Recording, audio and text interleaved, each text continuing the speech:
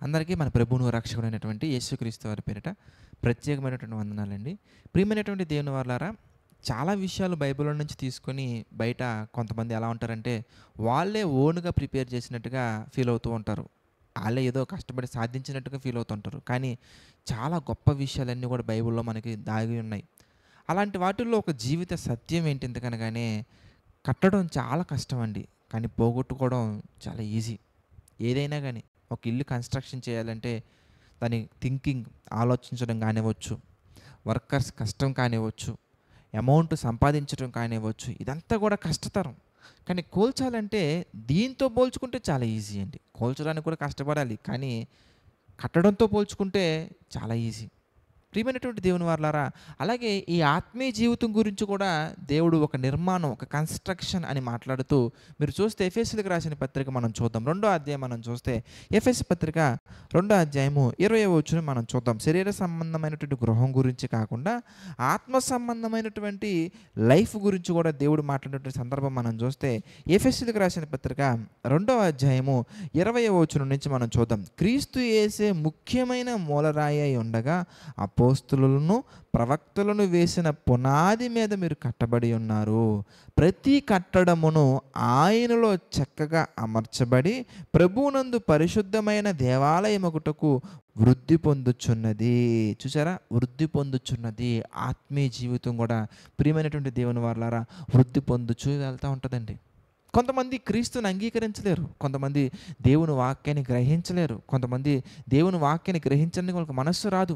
అందుకే చూడండి, కొంతమంది ఈ మాటలు చాలా కష్టతరంగా ఉన్నాయండి, ఈ మార్గం చాలా కష్టతరంగా ఉందండి, ఈ మార్గం అనేది చాలా బాధాకరంగా ఉందండి అని శరీర సంబంధమైన వాటిల్లో వాళ్ళు మునిగిపోయి ఆత్మ సంబంధమైనటువంటి మంచి మార్గాన్ని కోల్పోయే వాళ్ళు చాలామంది మనకు కనబడుతూ ఉంటారు. యేసుక్రీస్తు వారి కాలంలో కూడా మనం చూస్తే ఆయన చెప్పిన మాట విని ఇది కఠినమైన మాట, ఈ మాట ఎవడు వినగలడని చెప్పి ప్రియమైనటువంటి దేవుని వాళ్ళారా ఎంతోమంది దేవుణ్ణి దూరం చేసుకుని వెళ్ళిపోయినటువంటి వాళ్ళు ఉన్నారు.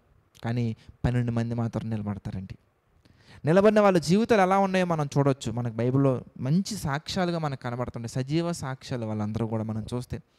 అదేవిధంగా మన జీవితం గురించి కూడా మనం ఆలోచించుకుంటే అప్పటి కాలంలో యేసుక్రీస్తుని విడిచిపోయినటువంటి అనేకుల వల్లే మనం ఉండక ఇంతకాలం ప్రభువులో ఉన్నామంటే అది సంవత్సరం కావచ్చు, 2 సంవత్సరాలు కావచ్చు, 3 సంవత్సరాలు కావచ్చు, 4 సంవత్సరాలు కావచ్చు. క్రీస్తు మాటకు మనం ఆకర్షితులై క్రీస్తు మాటను మనం గ్రహించి మన అనుదిన జీవితంలో దేవుని కొరకు బ్రతకటానికి మన వంతు ప్రయత్నం మనం చేస్తూ వెళ్తున్నామంటే నిజంగా అది దేవుని కృప. ప్రియమైనటువంటి దేవుని వారలారా, అయితే ఈ కృపను మనం ఎప్పుడు పోగొట్టుకుంటాం అంటే ఈ 5 సంవత్సరాల ఆత్మీయ జీవితం ఎప్పుడు కొలాప్స్ అవుతుంది, 10 సంవత్సరాల మన ఆత్మీయ జీవితం ఎప్పుడు కొలాప్స్ అవుతుంది, ఎప్పుడు అడ్రస్ లేకుండా మారిపోద్ది అని మనం ఆలోచించినట్లయితే ప్రసంగి గ్రంథంలో ఒక మంచి మాట దేవుడు తెలియజేశారు. ప్రసంగి గ్రంథము 10వ అధ్యాయం మనం చూస్తే కనుక ప్రసంగి గ్రంథము 10వ అధ్యాయము 1వ వచనం మనం చూద్దాం. ప్రసంగి గ్రంథము 10వ అధ్యాయం 1వ వచనం మనం చూస్తే బుక్కవాని తైలములో చచ్చిన ఈగల పడుట చేత అది చెడు వాసన కొట్టును, కొంచెము బుద్ధిహీనత త్రాసులో ఉంచిన జ్ఞానమును ఘనతను తేలగొట్టును. కొంచెం బుద్ధిహీనంగా మనం నడుచుకుంటే మనం సంపాదించుకున్నటువంటి గొప్ప పేరు, గొప్ప లైఫ్, గొప్ప స్టేటస్, ఆత్మ సంబంధమైన వాటి గురించి నేను మాట్లాడుతున్నాను, ఇదంతా కూడా నాశనం అయిపోతాయండి. మరి అంతే కదా, మంచి తైలంలో చిన్నదే చచ్చిపోయిన ఈగ పడితే ఆ తైలం యొక్క ప్రాపర్టీస్ అన్నీ ఏ విధంగా నాశనం అయిపోతాయో, తైలం యొక్క ప్రాపర్టీస్ అన్నీ ఏ విధంగా అయితే పాడైపోతాయో, ఏ విధంగా అయితే మంచి మార్గం నుంచి దూరంగా వెళ్ళిపోతాయో, అదేవిధంగా మన ఆత్మీయ జీవితంలో కనుక మనం అలర్ట్గా ఉండకుండా, ఆత్మీయ జీవితంలో కనుక ప్రతి సందర్భంలో వాక్యానుసారంగా మనం నడుచుకోకుండా కొంచెం బుద్ధిహీనంగా, కొంచెం బుద్ధిహీనుల వల్ల మనం ప్రవర్తించినా కానీ మన యొక్క ఆత్మీయ జీవితం అంతా ఏ విధంగా నాశనానికి దారితీస్తుందో మనకు కనబడుతుంది. కనుక ప్రతి క్షణం కూడా ప్రభు చిత్తమా కాదా, ప్రభుకి ఇష్టమైందా కాదా, దేవుని వాక్యానుసారంగా ఉందా లేదా అని మనం తీసుకునే ప్రతి నిర్ణయాన్ని మనం పరీక్షించుకుంటూ సమస్తాన్ని పరీక్షించి మేలైనటువంటిది అనగా దేవుని చిత్త ప్రకారంగా ఉన్న దానిని మాత్రమే మనం గైకొనాలి.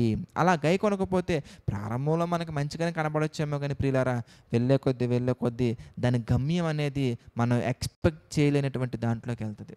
ప్రార్థన చేసుకుందాం. ప్రతి ఒక్కరి తలలోంచి ప్రార్థనలు ఏకీభవించిన ప్రార్థన. దయగల తండ్రి, ప్రేమగల దేవ, ఎన్నో విషయాలను మాకు తెలియచేస్తూ మీ చిత్త ప్రకారంగా నడిపిస్తున్నందుకు మీకే కృతజ్ఞతాస్తుతులు చెల్లించుకున్నాం తండ్రి. మీ యొక్క ఆలోచనలు నడిపించండి, మీ కృపలో బలపరచండి దేవా.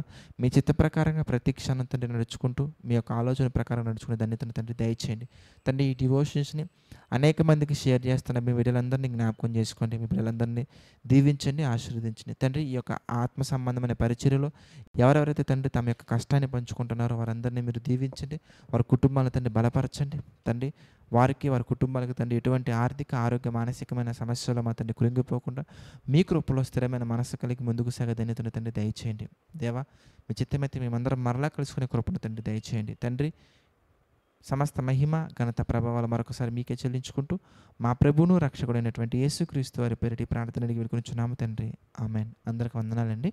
God bless you all.